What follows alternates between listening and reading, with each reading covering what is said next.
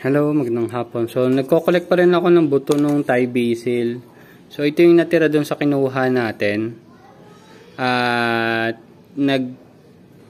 siguro mga at least 100 seeds pa yung kaya nating makollect dito. Pero kasi medyo gabi na, mahirap na makita yung buto.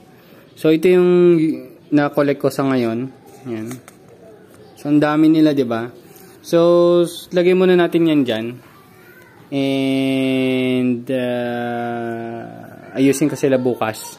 So ilalagay ko lang muna sila dito, tapos i-continue ko na lang yung collection bukas nitong mga buto. Ay, hindi ko pala ilagay dito yung may ano. Ihiwalay ko to. Pero yun, makakolekta pa tayo ng mga 100 plus seeds dyan. So ayan, Thai basil seeds, yan o, ang dami. Ayan. So probably ang germination rate niyan mga nasa 80% based dun sa experience ko dun sa lemon basil na nakolek ko previously. Pero magtatanim tayo niyan. Yun lang, bye-bye.